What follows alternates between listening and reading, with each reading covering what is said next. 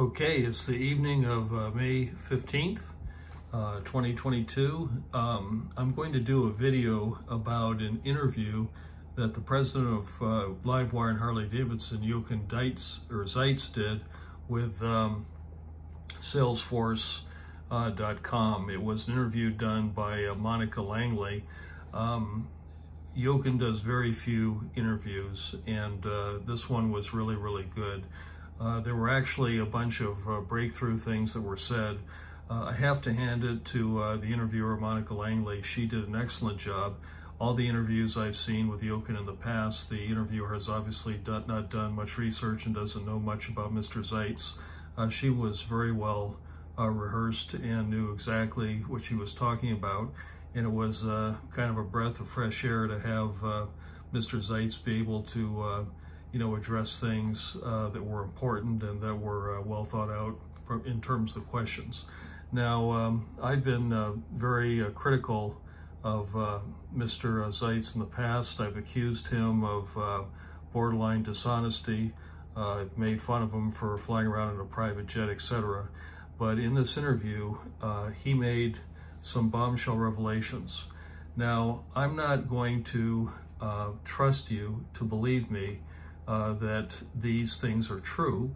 So I'm going to dissect them one at a time and play the video so you can see yourself that this is true. The first thing that's just a shock is that Zeitz joined the board of Harley-Davidson with a specific intention of implementing Plan B sustainability. So back when he started, I think it was somewhere around 2010 as one of the board members, he got on the board for the sole reason of making Harley-Davidson sustainable. And we're going to hear him say that in his own words. The next thing that I never realized, I had a thought that might be true, is Zeitz is the one who founded the Harley-Davidson electric vehicle program in 2010. Everybody said they couldn't believe that Harley was doing an electric bike or the first ones to do it. Well, Zeitz did it, and he's the reason why. Also going to show that he threatened to resign from the board if the LiveWire program was canceled.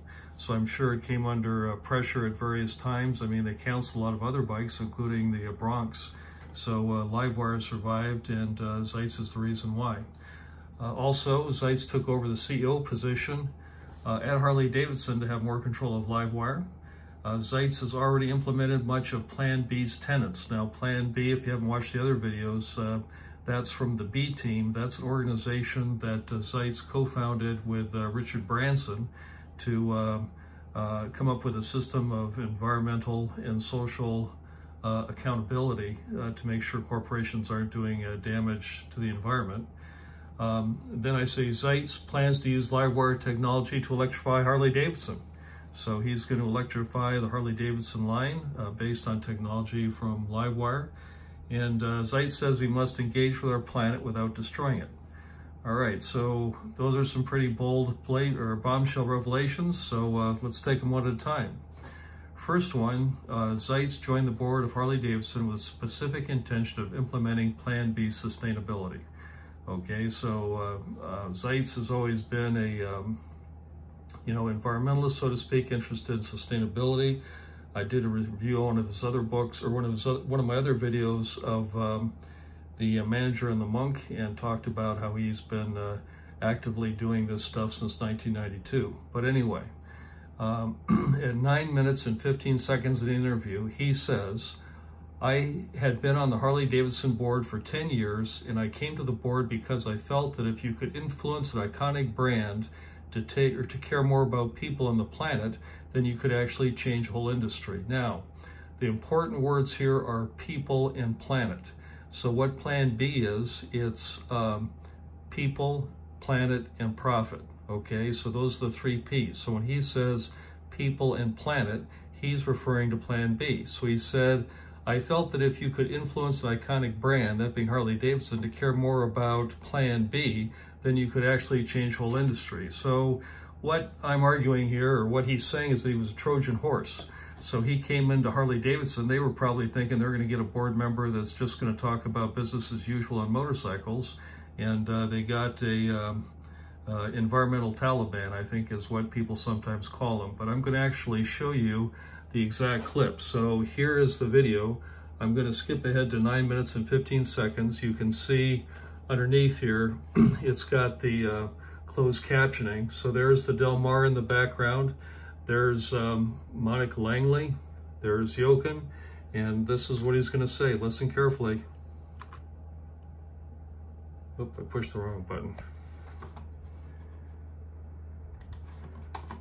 Okay, listen carefully.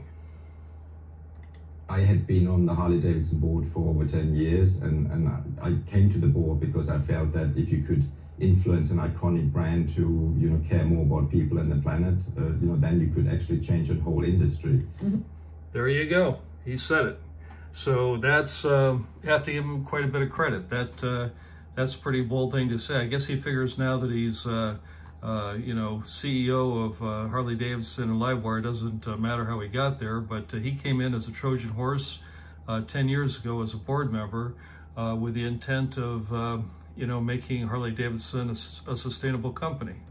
Okay, the next claim we make is that Zeitz founded the Harley-Davidson electric vehicle program in 2010. So in 9 minutes, 30 seconds, he says, yeah, I introduced the idea to go innovate in the electric space over 10 years ago when nobody was thinking about it. But I said, look, one day maybe the world will go electric. So let's think about that. So, you know, he's basically saying that he's the reason Harley-Davidson's got an electric motorcycle. And I think it's true. So let's hear him say it. I've got these videos pre-set up here. Okay, here we go. Mm-hmm. I introduced the idea to go, you know, to innovate in the electric space over 10 years ago when nobody was thinking about it. But I said, look, one day maybe the world will go electric, so let's think about that. And at some point I even had to say it. Okay, so there we go. So he's the guy that did the electric vehicle program. So a long time, we used to think it was the president. I can't remember what the guy's name was, but it wasn't him. It was Zeitz. He came in as a board member and said, we got to have an electric vehicle program. All right, so the next claim. Zeitz threatened resignation if the LiveWire program was canceled. 9 minutes and 43 seconds, he says. And at some point, I even had to say, I don't think you're taking this comment seriously. So maybe I need to leave the board. And the company did take it seriously, and thanks to that, here we are today, and I can talk about LiveWire, an electric brand that is going public, and I've even been given the opportunity to really make it happen. So, you know, they tried to cancel it, they tried to get out of it. He said, hey, if we don't do it, I'm gone. So that's pretty serious. I know, like I say, Harley's dropped other stuff like the Bronx and everything else, so there you go. LiveWire was preserved. Now let's go and watch Jochen say that. So I go to another screen. All right, here we go. At some point I even had to say, I don't think you're taking this comment seriously, so maybe I need to leave the board. And the company did take it seriously, and thanks to that, you know, we're here today and can talk about LiveWire, an electric brand that is going public, and now I'm being given that opportunity to actually really make it happen. Wow, there you go. Actually make it happen. All right, next up. Zeitz took over the CEO position to have more control over LiveWire. This is really something. So at 10 minutes and 20 seconds, he said, so that's one of the other reasons why I said, well, this is a great opportunity, talking about being the CEO. All the things that I would have done and couldn't do because I was just a board member, I can now actually implement. So, you know, that's what he's doing, man. He came in on the board, hung around. The other CEO got in trouble and left or quit or whatever, and Jochen came in as a temporary CEO, and now he's permanent. So let's watch him say it in his own words. Back to the video. Have all these queued up. Okay, here we go. That's right. So that's one of the other reasons why I said, well, this is a great opportunity. All the things that I would have done and couldn't do because I was just a board member, I can now actually implement. What? Okay, there you go. This is crazy. Okay, next. Zeitz has already implemented much of the Plan B tenets. Now, like I say, the tenets of Plan B are the 3 Ps, which are people, planet, profit. So he's got profit, and he's got people, he's working on planets. So at 10 minutes, 34 seconds, this is what he says. 10 minutes. Okay, here we go. Well, there are really three aspects to sustainability. It's people, it's planet, and profit. As a company, you know, we talk about inclusive stakeholder management. Of course, we're a public company. We want to be successful for our shareholders. That's the profit side. But at the same time, you can't make profit at the expense of people and the planet. And that's where sustainability in terms of people and planet comes into play. One of the first decisions I took was to make everybody a shareholder in the company, whether you are at Harley. At Harley. So we issued a grant to employees and hourly workers. Everyone in the factory is now a shareholder in the company, because I believe that everybody that is contributing should be winning when we win as a business. Wow, that's something. So anyway, he's well on his way. Next up. Okay, this is something. Zeitz plans to use LiveWire technology to electrify Harley-Davidson. Now, you have to go back and watch the whole interview. I mean, it's 15 minutes long, but he's basically of the opinion that electrification of motorcycles and cars is absolutely going to happen. It's imminent. It's going to happen, no two ways about it. So what he's doing is he's planning to develop electric technology for motorcycles with LiveWire, then take that technology over and drop it into Harley-Davidson. So at 8 minutes and 24 seconds, here's the quote. 8 minutes, 23 seconds, close enough. Here we go. But we want to lead that path with LiveWire and give the opportunity through the innovation of LiveWire to then also electrify Harley-Davidson. Wow, that's something. Now, I want to point out, this is the balancing act that he's got. He's got Harley-Davidson on one side, gas company. He's got LiveWire on the other side. It's kind of like, if the other videos, it's like the chariot thing where you got a white horse and a black horse. The white horse is LiveWire. The black horse is Harley-Davidson. They're trying to get to the destination of a safe and sustainable place. And what happens is LiveWire hasn't got enough revenue or profitability. In fact, I'm sure it's sucking profitability like crazy. It's costing a lot of money. It's probably costing more money than any other motorcycle program has ever cost. But at the same time, Harley, as a gas company, doesn't have any future. There's none. I mean, after 2030, 2035, they're just not going to be allowed. So he's got to get the LiveWire thing going and make that white horse strong enough that when the black horse can't carry on anymore, that they can transfer the technology, get the black horse Harley-Davidson up to speed, and have two strong horses. So that's the whole challenge. We're going to talk about that a little bit longer, or a little bit more, but I mean, that's what he's going for. He's doing a balancing act between LiveWire and Harley, but he's got, at least 10 years head start on all the other motorcycle OEMs. So there's a strong possibility he might pull it off. Anyway, the next thing he says, which is, he actually said it on his own without question, was he said that Zeitz says we must engage with our planet without destroying it. He actually said at 7 minutes, 10 seconds, and the future will require a way where we all engage with our planet without destroying it. Now, I might also add that when I looked into it, I found out that SalesForce, which is the company that's doing this video, or that Monica works for, they are a Plan B member. So keep in mind that they knew going in that Zeitz was an environmental Taliban. So anyway, they were probably expecting this, and this is why I think they were well rehearsed in a lot of questions they asked him. But let's see what he said at 7 minutes, 10 seconds. 7 minutes, 6 seconds, close enough. And the future, will require a way where we engage with our planet without destroying it. Perfect.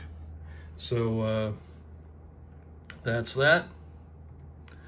Now, I want to get a little bit deeper into this. Zeitz, I think it's well known, he was the guy that turned Puma around. So when Puma was going bankrupt, Zeitz came in. The company was doing $100 million in sales and losing money when he came in. When he left 18 years later, it was doing $4 billion a year and was highly profitable. So he was kind of the superstar.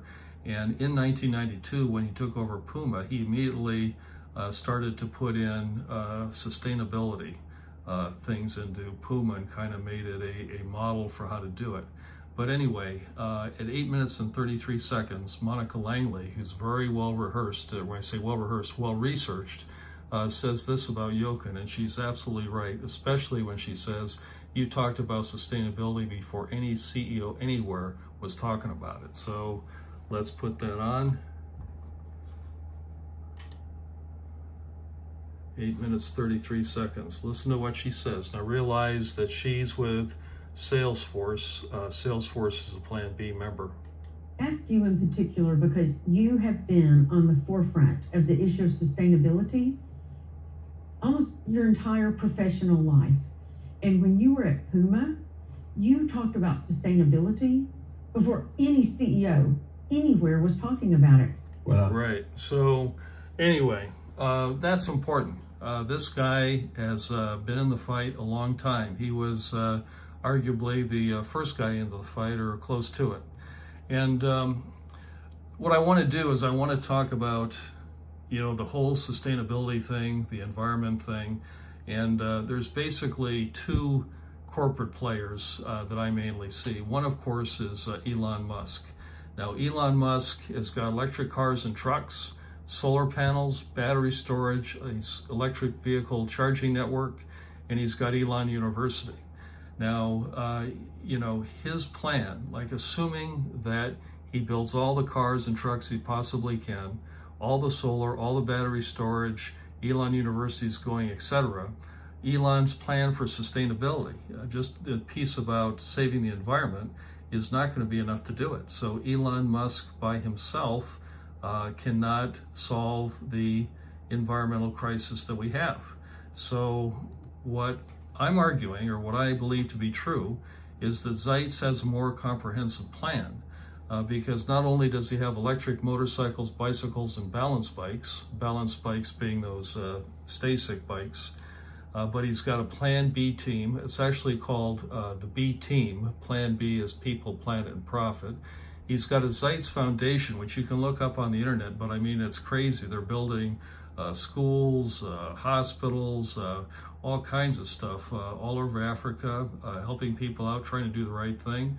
And he's also got an organization called The Long Run, which is ecosphere retreats. They're like luxury vacations you can go on all over the world, where your vacation money pays for the habitat to be saved, so to speak. He's got a place in Africa that he has. It's 50,000 acres, and it's basically a retreat. You can go on a vacation there, and your vacation money pays to help keep the retreat open and the animals and all that kind of stuff. But when he's talking about Plan B, it's about sustainability in terms of not damaging the environment, equality, that's the social thing with human rights and everything, and then accountability. Now, accountability is very important because Plan B actually has a system in place to do accounting for environmental and social damage. So they actually put a number on it. So it's not just talking about it, it's measuring it. And the case that he makes, and I believe it to be true, is you cannot fix sustainability until you can measure how well your fixes are working or how much needs to be fixed. So before you can do anything with environmental damage and a plan to fix it, is you have to be able to measure it. And so far, Plan B is the only thing I've seen with the yardstick. So that's very important. We'll talk a little bit more about the accountability in a minute. Now, I think that as riders, we need to support Mr. Zeitz.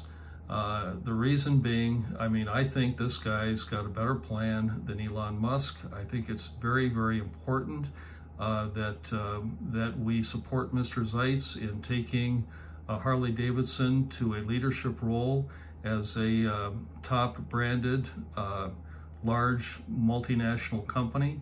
that is putting things in place to be sustainable. So these are the things we can do. We can buy a LiveWire motorcycle. Now, if you, for some reason, electric motorcycle doesn't work for you, you might have a special situation, or maybe it's too much money, although Harleys are a lot of money too, but buy a Harley Davidson as an alternative. So do not buy Honda, Yamaha, Norton, Ducati, none of these guys, because they are in the fight as much as Mr. Zeitz is for a sustainable company. You can also buy a Serial 1 electric bike. Those are the Harley Davidson bikes at the Harley shops. You can buy a Stay-Cycle balance bike for your kids. Stay-Cycles are for sale at LiveWire dealerships. They also sell them at Cycle Gear. So you can go a bunch of places and buy those. I think you can buy them online too. Buy Harley stock, buy LiveWire stock when it becomes available, and buy Harley Davidson clothes and accessories. So I think that these are the things we need to do. We need to make sure that Harley does not fail. Now, I'm old enough to remember when AMF had Harley, and the team at the Harley now came in and bought the company in the 1980s, and it was the riders that made Harley successful by riding the bikes and doing all the feedback and everything else. And Willie G knows that. He knows that the customers are the ones that made Harley successful.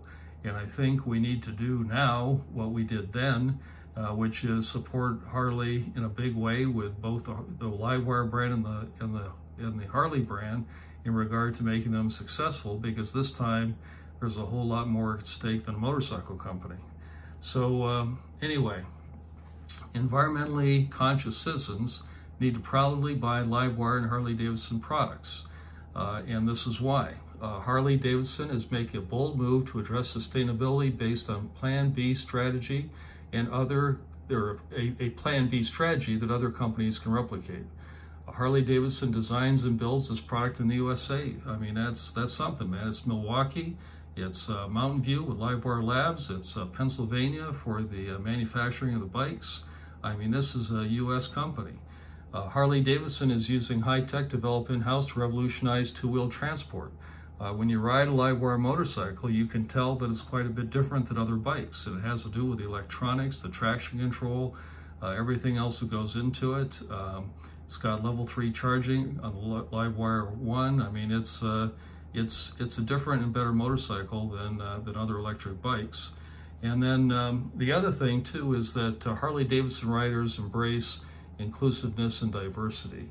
I haven't got a link for that specifically, but if you look at the interview, Jochen talks about that. It talks about that, you know, that no matter where you're from or what you do or what your background is, if you ride a Harley Davidson motorcycle, you're in the group. And when you hang out with people that are riding Harleys, you can see that. I mean, having the Harley Davidson cuts through all social and economic barriers, absolutely. So anyway, we need to support LiveWire and buy LiveWire and Harley Davidson products. Now, I refer to Mr. Zeitz as Phaedrus, from Phaedrus and Zen and the Art of Motorcycle Maintenance. The reasons for that are in another video. But anyway, if you watch some of my previous videos, like I say, I've been very critical of Mr. Zeitz you know, I felt that he wasn't being honest in why he was at Harley. I felt that he was holding back on a lot of things in regard to the environmental things that he was doing. So anyway, I think that I have made a mistake, and that Mr. Zeitz is totally the guy that he was when he wrote the book, The Manager and the Monk, which is when he first talked about Plan B principles and sustainability. So anyway, I have a gift for him. Now, this person right here, Mr. Zeitz, is probably the only one at Harley that would instantly recognize this guy. But he was a Nigerian journalist and environmentalist. He was fighting the fight very much like Mr. Zeitz was fighting it. He was, you know, writing to the newspaper. He had a TV show. He was an activist trying to get, you know, the environment change, or prevent the environment from getting damaged in Nigeria. So anyway, his name's Ken Saro-Wiwa. He was executed by Shell Oil in 1995 for his role in interfering with oil extraction in the Niger Delta by organizing peaceful demonstrations by locals.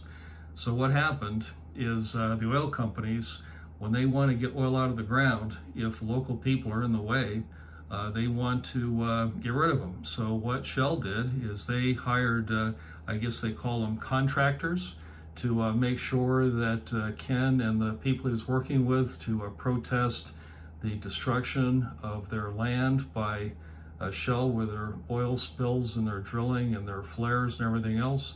They hired these guys, they paid them, they paid off the government and the military, and they had them executed. It was a terrible thing. I actually read a book about Ken that his son wrote, and they actually hung him.